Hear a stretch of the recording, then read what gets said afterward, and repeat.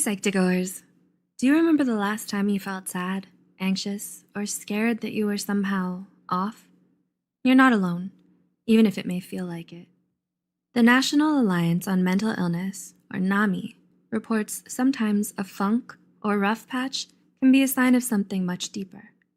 This video represents 10 mental health symptoms you shouldn't ignore. Before we begin, we need to warn you that this video may be triggering for some. If you feel triggered by this video, please take care of yourself, even if it means clicking off this video. With that being said, let's talk about the 10 mental health symptoms you should not ignore. 1. You're having feelings of sadness or depression that last longer than 2 weeks. All people experience sadness at one time or another. However, most normal feelings of sadness get better with time. The American Psychiatric Association reported abnormally intense sadness lasting 2 weeks could be a sign of depression. The National Institute of Mental Health stated, not being able to snap out of it or sadness being heavier than normal should be taken seriously. 2. You're having extreme mood swings and don't know why. Do you find that your mood seems to switch super quickly or randomly? Tremp and others studied how often the average person's mood shifts on any given day. According to the National Center of Biotechnology Information, NCBI, this study showed people tend to experience positive emotions, such as joy or love, more often than negative ones. But it's totally normal for someone's emotions to change daily.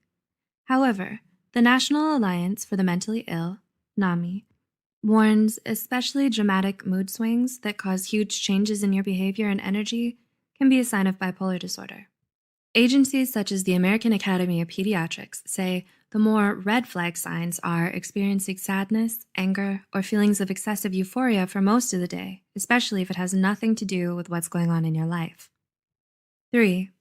Your worry and anxiety have gotten out of control. Have you ever found yourself worrying but can't shut it off? According to the National Institute for Mental Health, it may be a sign of an anxiety disorder.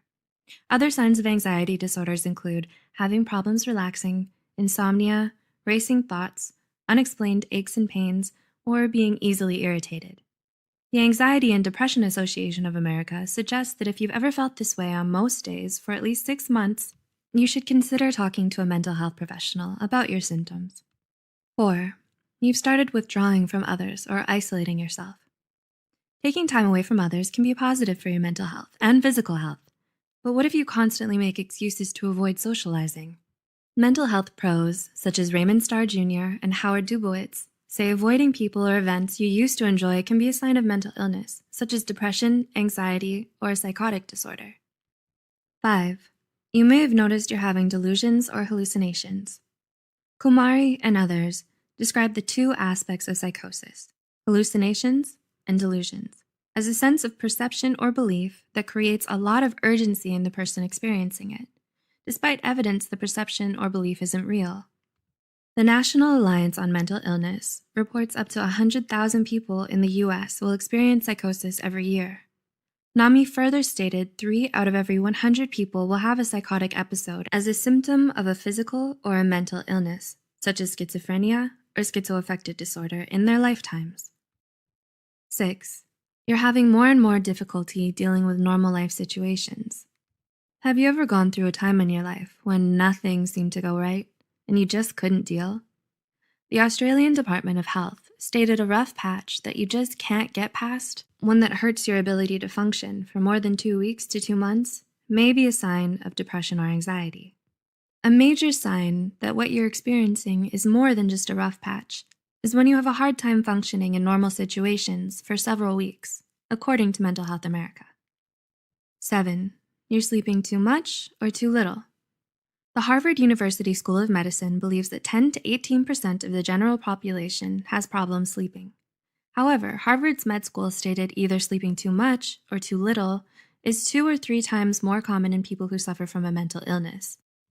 The Harvard Med School stated about 50% of people who live with ADHD, depression, anxiety, or bipolar disorder suffer from insomnia or hypersomnia, which means sleeping too much. 8. You started abusing drugs or alcohol. According to mentalhealth.gov, 1 in 4, or 25% of people who live with the symptoms of a mental illness use alcohol or drugs to self-medicate things like anger, anxiety, or mania.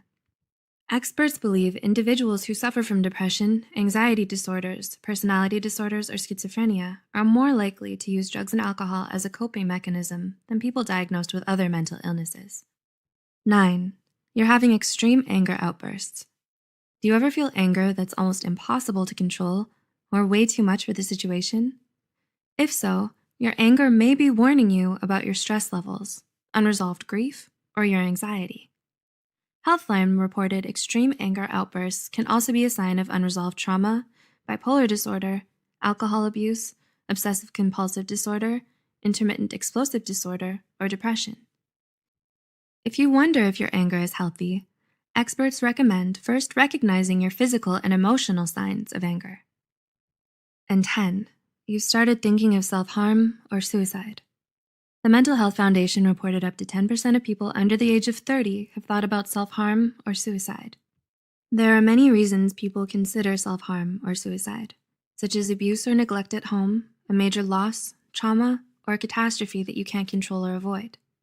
Bradvik, 2018, reported approximately 90% of people who have completed suicide also suffered from a severe mental illness, such as bipolar disorder or depression.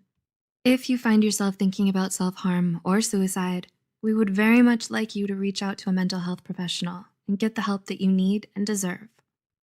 If you can relate to any of these symptoms on this list, you're definitely not alone, nor are you bad for feeling this way. But we want you to take care of yourself, which means reaching out to a mental health professional if you've been experiencing any of the symptoms on this list. As always, any information provided here is for educational purposes only. If you need mental health counseling or treatment, please contact your insurance company, local college's student counseling clinic, or your county crisis line. Keep watching the Psych2Go channel for more information on mental illness and mental health, and remember, help is out there. We'll see you in the next video.